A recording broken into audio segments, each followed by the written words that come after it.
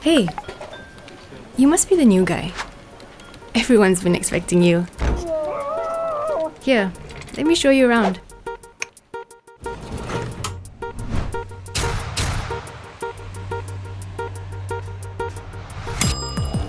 This is where fears are manufactured.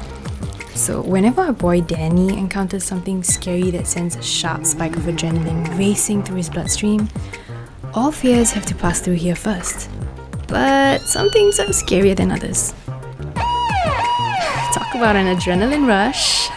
Where's he going? Well, Dan has a phobia of cats.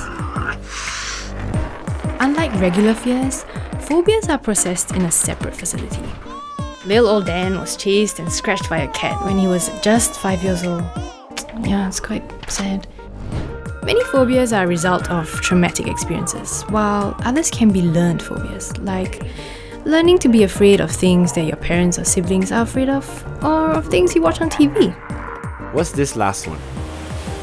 Between 25 to 65% of a person's phobia can be attributed to genetics. It seems like Dan's DNA has made him more prone to a phobia of drowning in the ocean. He doesn't remember where this phobia came from, just that he's always had it.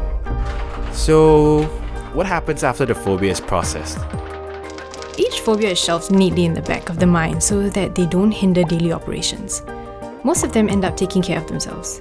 Phobias get much less severe as people get older. What about the ones that don't?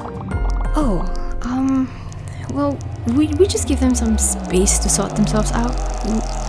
We've always functioned like this. Phobias cause irrational fear even when there isn't actually a real threat of injury or death. Suppressing a phobia instead of dealing with it can adversely affect everyday activities, like when Dan intentionally avoids situations that will trigger his fears. Simple phobias can be addressed quite easily. Being continuously exposed to a phobia can help to desensitize a person to these irrational fears and help reduce or even reverse their phobias. Whew, that was a close one. Let's continue, shall we?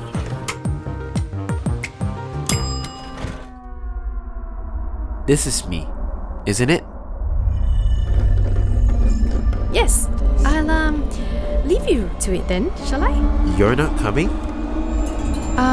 Well, you see, behind that door is Dan's social anxiety. It can get quite destructive. Panic attack! Take cover!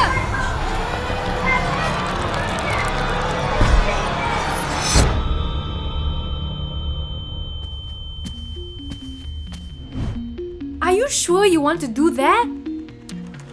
Well, panic attacks are a common symptom of complex phobias, like Dan's social anxiety disorder.